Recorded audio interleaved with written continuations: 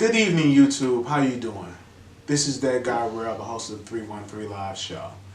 I would like to thank all my new subscribers for tuning in and listening, watching my YouTube channel, and the guys that has tuned in and started listening to my podcast show from YouTube. Thank you guys very much. Now I want to ask you all a question. Would you rather have a baby rapist living next door to you, or would you rather have a drug dealer living next door to you? My answer is B. I would rather have a drug dealer living next door to me over a baby rapist. You know why I would rather have the drug dealer stand next door to me? Because the drug dealer is a businessman and he's conducting his business, and he's probably at his place of business selling his product. Now the baby rapist, he's going to sit at home all day and he's going to be preying on your kids and the neighborhood kids. Where am I going with this? In the state of Michigan, we have this law where you can basically go out, carjack somebody, shoot somebody, kill somebody, rape somebody, even rape someone's kids. And the state will give you a hand when you get out. They will help you. But a drug dealer, a person who made the wrong choice in life, you know what I'm saying, just made the wrong choice. Went out, sold a couple bags of weed, or some crack, or a little heroin or whatever. He made a mistake. So he gets a felony on his record. The state of Michigan looks at him as being a scum, piece of shit, a lowlife. So when he comes home from prison, guess what? He gets no assistance. In the state of Michigan, rule is if you are a convicted drug dealer of 2 drug offenses or more, you are eliminated permanently for the rest of your life for receiving food benefits from the state of Michigan. Now, me personally, I feel that a man should take care of himself and his own responsibilities. But what about the man that just came home from prison, who doesn't have those opportunities to do that and no one to help him?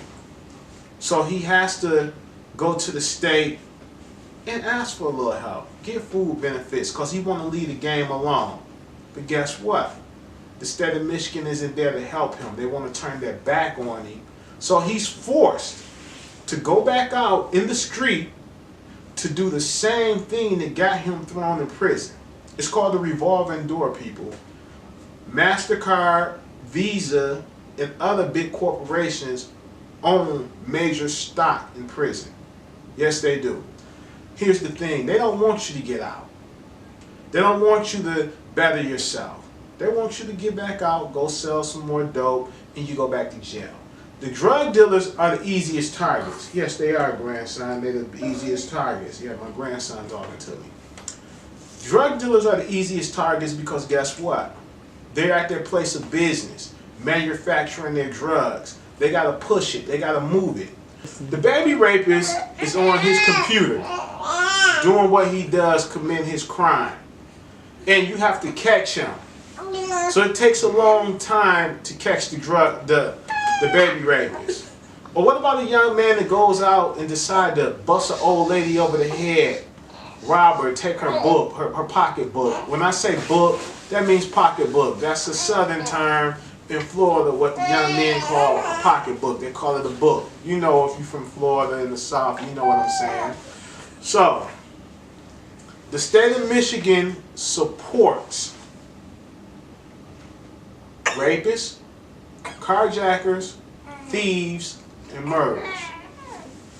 But they will not help to support a drug dealer when he comes. I know I'm going to get a lot of hate from the white people, white America, not the white people, but white America behind this. Do I give a fuck? Michigan is an unforgiving state. Michigan does not forgive its felons. Michigan is the only place where, I'm not going to say the only place, but there's a state where felons cannot move in apartment buildings, good neighborhoods, because they want to do a background check. And if you have a felon, felony on your record, they don't want to let you move in certain areas. Those are the good areas. So guess what? The felon is forced to live in a community, in a neighborhood where he caught his felony case at and where other felons are, because Michigan will not forgive him. Okay. I used to tell my son this. My son is 23 today. I used to tell my son, you show me your friends and I'll show you your future. So if you hang around felons, guess what? You're going to be a felon. If you hang around 9 broke niggas, you bound to be the 10th broke nigga. And that's true. So where I'm going with this is, Michigan does not give a fuck about the black young men in Michigan. Okay. Anything that will affect the white community, and this is not racist, and I'm not being racist, I'm just telling you facts. They tone that shit down because it affects their kind. Okay. When they had a law in the state of Michigan that if you were a convicted felon, you couldn't own a firearm. Now, if you are a convicted felon in the state of Michigan and you have certain, just say, a non-violent felony, like drug possession, selling drugs, or any of that, stealing a car or whatever, a felon that's a non-violent felony on your record, you can buy a gun. After the time has ran out, 5 to 10 years, 7 to 10 years, whatever it may be, it has to be so old, then you can get you a gun permit, but you can only have 1 felony on your record. You know why they changed that law? Because guess what? A lot of white people in the state of Michigan were catching felony records, and that was stopping them from getting guns. Okay. It is documented, allegedly documented, that there are majority white men that are documented as being mental ill patients over blacks, over Asians, and over Mexicans. So the new bill that is being signed, that Obama signed into play to stop the mentally ill from getting guns, guess what? Donald Trump came right in and overturned that bill because it was affecting the white man from being able to purchase guns. This is not, once again, a racist rant. I'm just kicking facts. So now let enough white young men catch drug cases, more than 1 or 2 drug convictions on their record. Guess what? That law is going to change so fucking quick, it's going to make your head spin. Here's another thing. The state of Michigan had a situation where they was blocking felons coming out of prison, of all felons, from getting food benefits. If you were female, stop you from getting food benefits and cash benefits. That was illegal, unconstitutional. And guess what? The state of Michigan had to pay out $3,125 in back food stamps to those convicted felons. But the drug dealer was not included. No, the drug dealer was not included. But every other criminal was included.